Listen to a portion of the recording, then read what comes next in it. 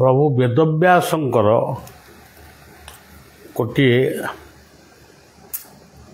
ଆଦର୍ଶ ଆମ ସମସ୍ତଙ୍କ ପାଇଁ ଆଦେଶ ଭଳି ଲାଗେ। ସେ ଆଦେଶଟି ହେଉଛି ଜୀବନମ୍ ସତ୍ୟ ଶୋଧନମ୍। ଜୀବନକୁ ସତ୍ୟରେ ଶୋଧନ କର।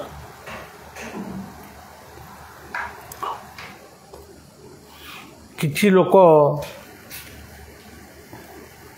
ଗଙ୍ଗା ସ୍ନାନ କରନ୍ତି, କିଛି ଲୋକ ଦାନ ଧ୍ୟାନ କରନ୍ତି, ବିଭିନ୍ନ କଥା କରନ୍ତି।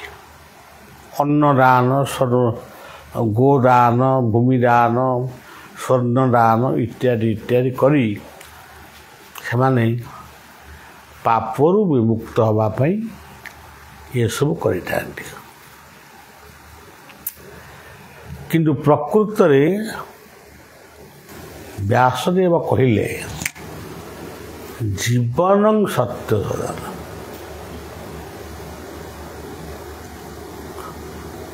ଏଇ ଯେଉଁ କଥାଟି ସେ କହିଲେ, ସତ୍ୟରେ ଜୀବନକୁ କେମିତି ଆମେ ଶୋଧନ କରିବା।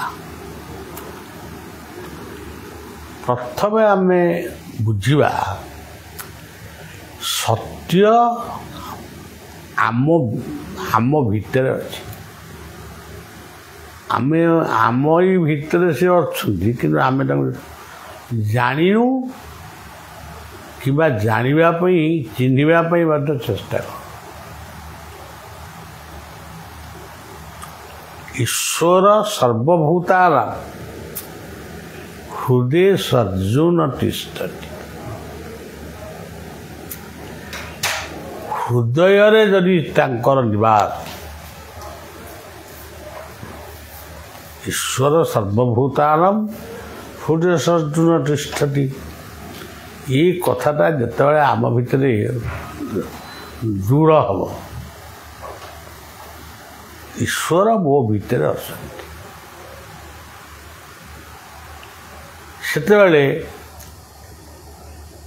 ଜୀବନମ୍ ସତ୍ୟ ଶୋଧନମ୍। ଯଦି ତୁମେ ଖାଲି ଭାବିଲ ଈଶ୍ୱର ସତ୍ୟ, ଜଗତ ବି ସତ୍ୟ, ଯେଉଁମାନେ କହୁଛନ୍ତି ବ୍ରହ୍ମ ସତ୍ୟ ଜଗତ ମିଥ୍ୟା, ସେ କଥାକୁ ଆମେ ବି ଗ୍ରହଣ କରୁଛୁ। କିନ୍ତୁ ବ୍ରହ୍ମ ଯଦି ସତ୍ୟ, ଗୋଟେ ସତ୍ୟ କେମିତି ଗୋଟେ ମିଥ୍ୟାକୁ ସୃଷ୍ଟି କଲା? ବ୍ରହ୍ମ ସତ୍ୟ ଜଗତ ମିଥ୍ୟା, ଯେ ବ୍ରହ୍ମ ଯଦି ସତ୍ୟ, ସତ୍ୟ ସିନା ସତ୍ୟକୁ ଗଠନ କରିବ, ପୁରା ମିଥ୍ୟାକୁ କେମିତି ଗଠନ କରିବ? ତାମାନେ ପରୋକ୍ଷରେ ତୁମେ କହୁଛ ବ୍ରହ୍ମ ବି ମିଥ୍ୟା, ଜଗତ ବି ମିଥ୍ୟା। ତେଣୁ ବ୍ରହ୍ମ ସତ୍ୟ। ଏ ବ୍ରହ୍ମ କିଏ? ଗୁରୁଙ୍କୁ କୁହାଯାଇଛି ଗୁରୁ ସାକ୍ଷାତ ପରଂ ବ୍ରହ୍ମ। ଏଇଠୁ ଆରମ୍ଭ ହେଲା ସତ୍ୟ। ଗୁରୁ ସାକ୍ଷାତ ପରଂ ବ୍ରହ୍ମ ପରେ ଆମେ ଜଗନ୍ନାଥଙ୍କୁ ଆମେ ଦାରୁ ବ୍ରହ୍ମ ବୋଲି କହୁଛୁ। ଗୋଟେ ଆନନ୍ଦକୁ ମଧ୍ୟ ବ୍ରହ୍ମାନନ୍ଦ ସହିତ ସମାନ କରୁଛୁ। ବ୍ରହ୍ମାନନ୍ଦଂ ପରମ ସୁଖଦମ୍। ତେବେ ଜୀବନମ୍ ସତ୍ୟ ଶୋଧନମ୍। ପ୍ରଥମ ହୃଦୟ କଥା, ହୃଦୟକୁ ଧ୍ୟାନ କରିବା, ଇଏ ହେଉଛି ପ୍ରଥମ ଶୋଧନ। ଦ୍ୱିତୀୟ ଶୋଧନ ହେଉଛି ଯେଉଁ ପ୍ରାଣବାୟୁ ନାସାର ଦୁଇ ପାର୍ଶ୍ୱରେ ଯାଉଛନ୍ତି, ଆଉଛନ୍ତି, ସେ ନିଶ୍ୱାସର ମନ୍ତ୍ର ସ୍ମରଣ କଲେ ପ୍ରତ୍ୟେକ ଦିନ ସେ ମଧ୍ୟ ଦ୍ୱିତୀୟ ଶୋଧନ।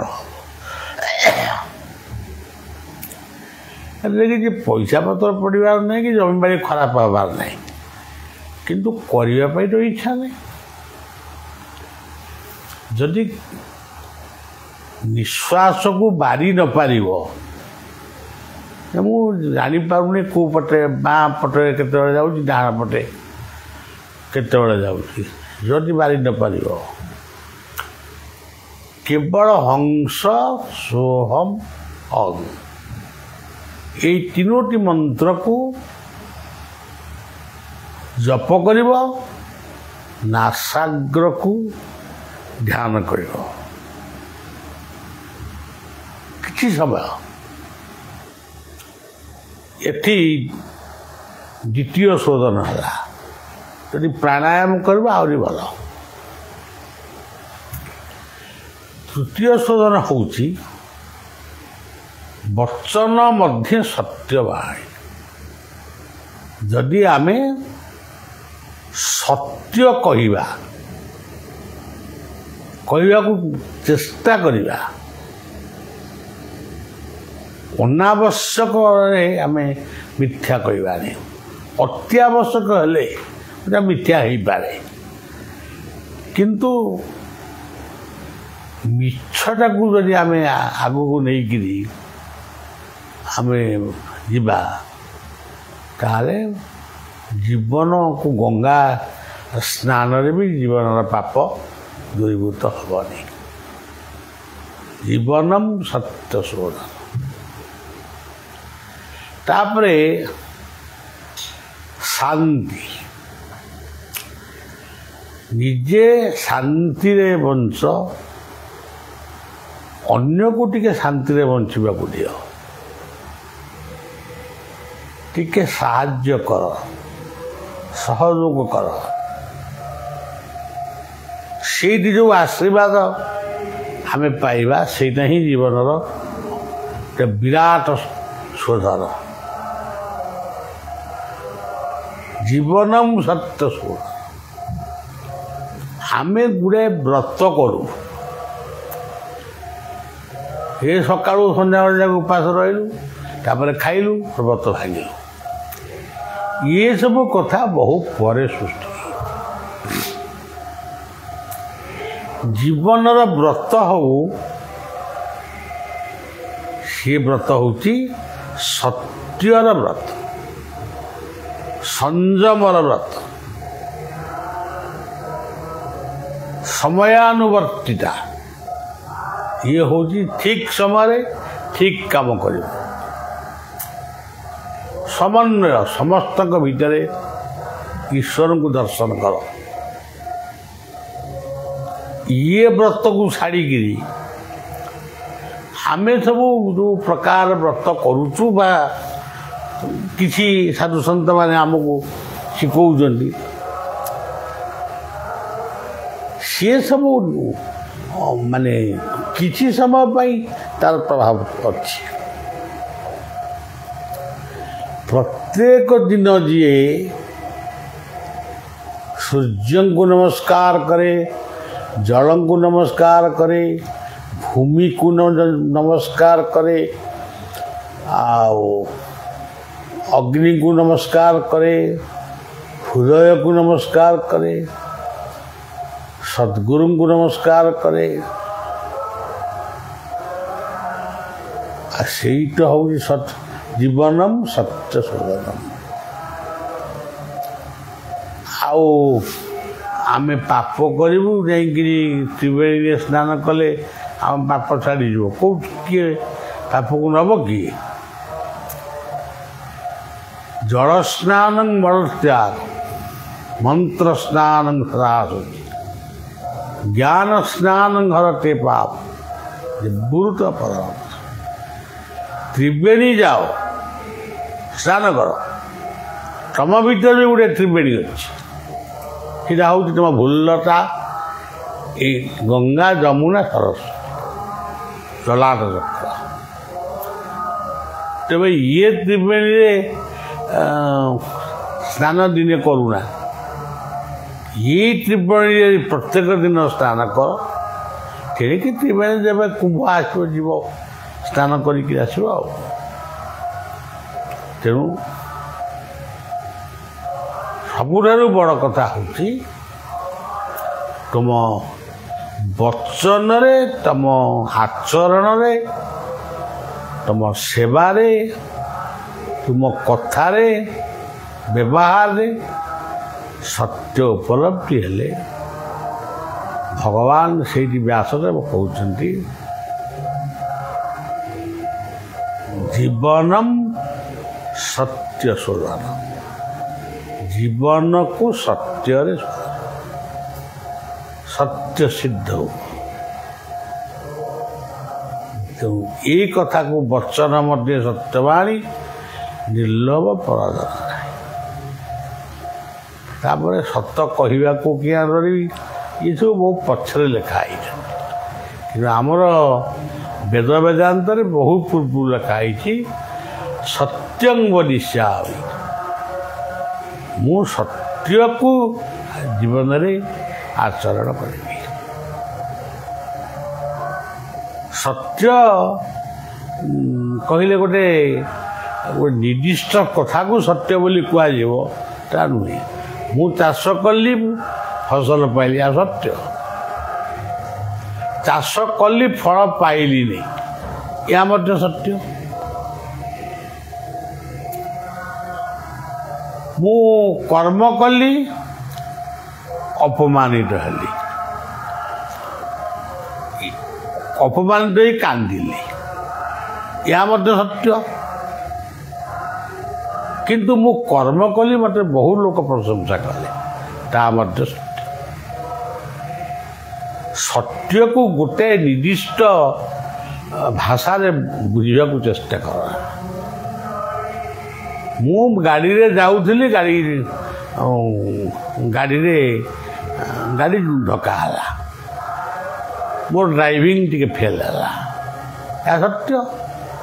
କାହିଁ ତୁମେ ଫେଲ୍ କଲ? ଯେଉଁଠି ଭାବିବ ଯେ ମୁଁ ଏଇଠି ସତ୍ୟକୁ ଉଲ୍ଲଙ୍ଘନ କଲି, ସେ ସତ୍ୟକୁ ଉଲ୍ଲଙ୍ଘନ କରିବା ଭିତରେ ପାଠ ବି ଅଛି, ଶାଠ ବି ଅଛି, ରୋଷେଇ ଅଛି, ସିଲେଇ ଅଛି, ତୁମେ ଅଫିସର ହେଇପାର, ତୁମେ ମନ୍ତ୍ରୀ ହେଇପାର, ତୁମେ ଯାହା ବି। କିନ୍ତୁ ଜୀବନମ୍ ସତ୍ୟ ଶୋଧନ, ତୁମେ ସତ୍ୟକୁ ଗୋଟେ ନିର୍ଦ୍ଦିଷ୍ଟ ଭାବରେ ବୁଝୁଛ, ନିର୍ଦ୍ଦିଷ୍ଟ କେତୋଟି କଥାରେ ତୁମେ ତାକୁ ବୁଝୁଛ। ଶାସ୍ତ୍ରରେ ଯାହା ଲେଖା ହେଇଛି ତାହା ହିଁ ସତ୍ୟ। ଶାସ୍ତ୍ର କହିଲେ ଗୀତା, ମୋ ପାଇଁ ଗୀତା। କିନ୍ତୁ ବେଦ ବେଦାନ୍ତ ଆକୁ ତ ମାନିବାକୁ ପଡ଼ିବ, କିନ୍ତୁ ଗୀତାକୁ ତ ଆମେ ଭଲ ପାଉ। ତେଣୁ ଗୋଟେ ରୋଷେଇ ଶାଳରୁ ସତ୍ୟକୁ ଉପଲବ୍ଧି କରିବାକୁ ପଡ଼ିବ।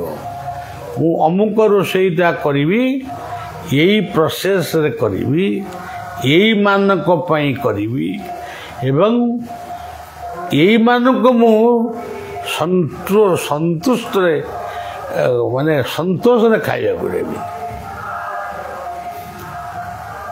ଇଏ କ'ଣ କମ୍ ବଡ଼ ସତ୍ୟ? ଆଉ ତମେ କହିବ ମୁଁ ଶୂନ୍ୟ ମହାଶୂନ୍ୟରେ ଗୋଟେ ଦହି ହାଣ୍ଡି ନେଇକି ବ୍ରହ୍ମଙ୍କୁ ମାନେ ସମର୍ପଣ କରିବି। ଦହି ହାଣ୍ଡିକି ଦହି ଖାଇବ କି? ବ୍ରହ୍ମ କ'ଣ ଦହି ଖାଆନ୍ତି? ତେଣୁ ତମ ଚିନ୍ତା ଭାବନାରେ, କର୍ମରେ, ଜ୍ଞାନରେ ସବୁଠି ସେ ଅଛନ୍ତି। ଯେଉଁଠି ତାଙ୍କୁ ସମର୍ପଣ କରିବ ସେ ମିଳିବେ। ଆଉ ସତ୍ୟକୁ ଗୋଟେ ନିର୍ଦ୍ଦିଷ୍ଟ ଅର୍ଥରେ କେବେ ହେଲେ ଦିଅ ନା। ମୁଁ ଗୋଟେ ବହୁତ ବଡ଼ ଭୁଲ କରିଛି। ଭୁଲ କଲ କାହିଁକି? ଭୁଲ କରିଛ, ମୁଁ ଭୁଲ କରିଛି, ଏହା ସତ୍ୟ।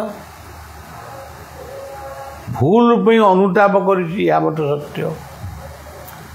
ଆଉ ସବୁଠାରୁ ବଡ଼ ସତ୍ୟ ହେଲା ଆଉ ଜୀବନରେ ମୁଁ ଏମିତି ଭୁଲ କରିବି, ସେଟା ହେଲା ସବୁଠାରୁ ବଡ଼ ସତ୍ୟ। ତୁମେ କହିବ ଜଗନ୍ନାଥ ହିଁ ସତ୍ୟ, ତା ବୋଲି କ'ଣ ଜଗନ୍ନାଥଙ୍କ ନାଁ ଧରିକି ଯାହା ମାନେ ତା କରିବ ନା? ମଣିଷ ଜୀବନ ନୁହଁ କେବଳ ବର୍ଷ ମାସ ଦିନ ଦଣ୍ଡ, କର୍ମେ ଯିଏ ନର କର୍ମ ଏକାତାର ଜୀବନର ମାନଦଣ୍ଡ। ଏଇଠି ମୁଁ କହୁଛି ସତ୍ୟ, ଆପଣମାନେ ଶୁଣୁଛନ୍ତି ସେ ବି ସତ୍ୟ, କିଛି ମନେ ରଖୁଛନ୍ତି ସତ୍ୟ, କିଛି ଭୁଲି ଯାଉଛନ୍ତି ଏ ବି ସତ୍ୟ। ତେଣୁ ସତ୍ୟ ପାଇଁ ଧରିତ୍ରୀ, ସତ୍ୟର ରୂପ ହେଉଛି, ପ୍ରଥମ ରୂପ ହେଉଛି ସତ୍ୟର ନିରାକାର, ଦ୍ୱିତୀୟ ରୂପ ହେଉଛି ସାକାର, ତୃତୀୟ ରୂପ ହେଉଛି ସୂର୍ଯ୍ୟ, ଚତୁର୍ଥ ରୂପ ସୂର୍ଯ୍ୟ ବା ଅଗ୍ନି, ଚତୁର୍ଥ ରୂପ ହେଲା ପବନ, ପଞ୍ଚମ ରୂପ ହେଲା ସାଗର, ଆଉ ଷଷ୍ଠ ରୂପ ହେଲା ବସୁନ୍ଧା। ମୁଁ ନା 1 ନମ୍ବର 2 ନମ୍ବର ଏମିତି କହୁଛି, କିନ୍ତୁ ମାନେ କାହା ବିନା କିଏ ବଡ଼ କିଏ ସାନ ତାକୁ ବି କହିହେବ ନାହିଁ। ତେଣୁ ଏଇ ସତ୍ୟକୁ ଆମେ ନେଇ ଜନ୍ମ ହେଇଛେ, ଏଇ ସତ୍ୟର କୋଳରେ ଆମେ ବୁଡ଼ିଯିବା, ହଜିଯିବା। ତେଣୁ ଯଦି ସତ୍ କର୍ମ କରିଥିବା ତାହେଲେ ଆମକୁ କିଛି ଲୋକ ମନେ ରଖିବେ। ତେଣୁ ପ୍ରତ୍ୟେକ ଦିନ ଟିକେ ସତ୍ୟକୁ ଚିନ୍ତନ କର। ଖାଲି ଗୁରୁ ମନ୍ତ୍ରକୁ ହରେ କୃଷ୍ଣ ଏମିତି ଗୁରୁ ମନ୍ତ୍ର କ'ଣ କର?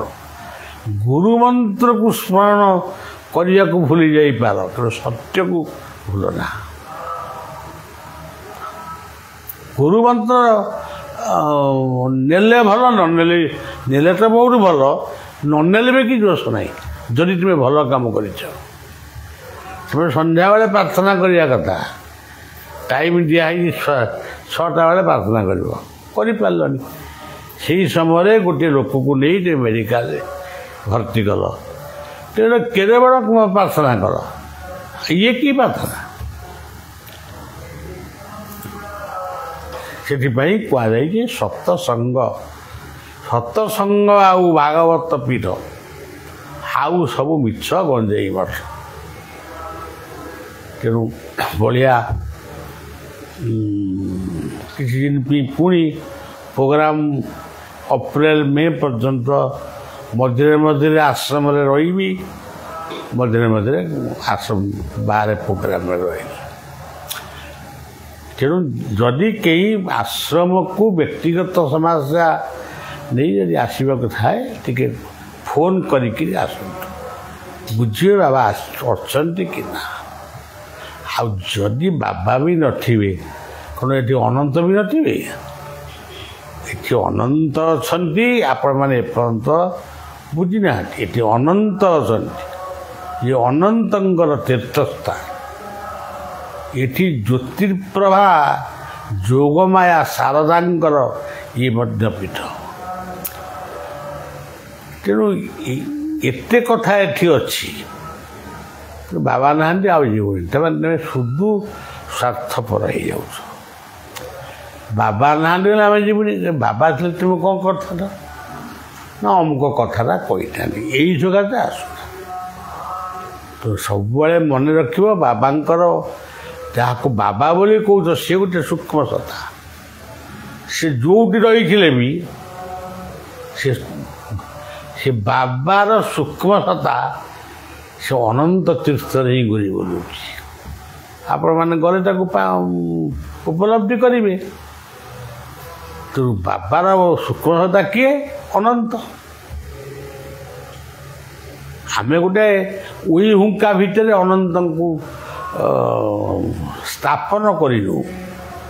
ଉଇଟାର ହୁଙ୍କା କରିଥିଲା ତାର ସେ ରହିବ ବୋଲି, ଆମେ ସେଇଠି ଗୋଟେ କହିଲୁ ଏଇ ଜାଗାଟାକୁ ଆମେ ଅନନ୍ତ ରୂପରେ ପୂଜା କରୁଛୁ, ଅନନ୍ତଙ୍କୁ ପାଉଛୁ, ଦର୍ଶନ ବି ପାଉଛୁ, ବହୁ ଲୋକଙ୍କର ବହୁ ଉପକାର ବି ହେଉଛି।